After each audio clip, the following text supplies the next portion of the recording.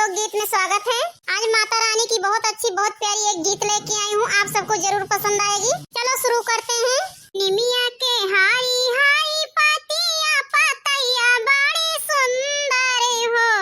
निमिया के हारी हारी पातिया पतैया बड़ी सुंदर हो। निमिया के हारी हारी पातिया पतैया बड़ी सुंदर हो।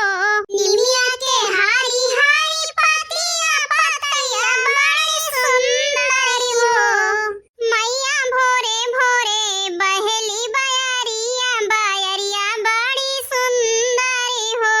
मैया भोरे भोरे बहेली बयरिया बयरिया बड़ी सुंदर हो। मैया भोरे भोरे बहेली बयरिया बयरिया बड़ी सुंदर हो। मैया भोरे भोरे बहेली बयरिया बयरिया बड़ी सुंदर हो। अंगने माँ चौका पुरायो चौका बड़ी सुंदर हो। अंगने माँ चौका पुरायो चौका बड़ी सुंदर हो। मैया भोरे भोरे औ तू अंगनवा चौका बड़ा सुंदर हो। मैया भोरे भोरे औ तू अंगनवा चौका बड़ा सुंदर हो। मैया भोरे भोरे औ तू अंगनवा चौका बड़ा सुंदर हो। मैया भोरे भोरे औ तू अंगनवा चौका बड़ा सुंदर हो। निमिया के हारी हारी पातिया पतैया बड़ी सुंदर हो। निमिया के हारी हारी पातिया पतैया बड़ी सुंदर हो। मैया भोरे भोरे बहेली बयरिया बयरिया बड़ी सुंदर हो। मैया भोरे भोरे बहेली बयरिया बयरिया बड़ी सुंदर हो।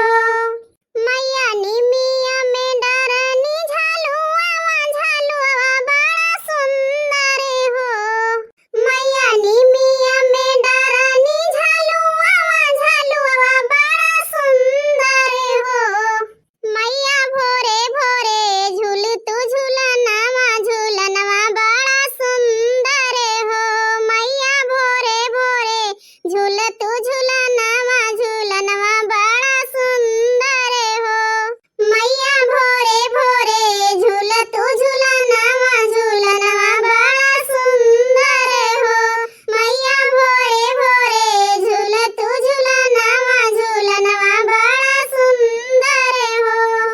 निमिया के हारी हारी पातिया पतैया बड़ी सुंदर हो। निमिया के हारी हारी पातिया पतैया बड़ी सुंदर हो। मैया भोरे भोरे बहेली बयरिया बयरिया बड़ी सुंदर हो।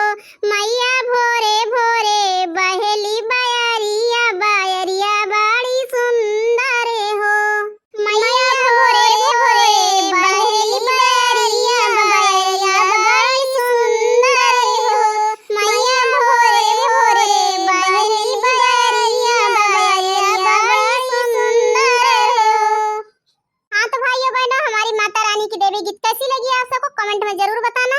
अगर थोड़ी भी पसंद आई होगी माता रानी की देवी गीत तो जितने लोग नए रहे ना सब्सक्राइब जरूर कर लेना, लाइक और शेयर भी कर देना। अपना प्यार दुलार आशीर्वाद ऐसे देते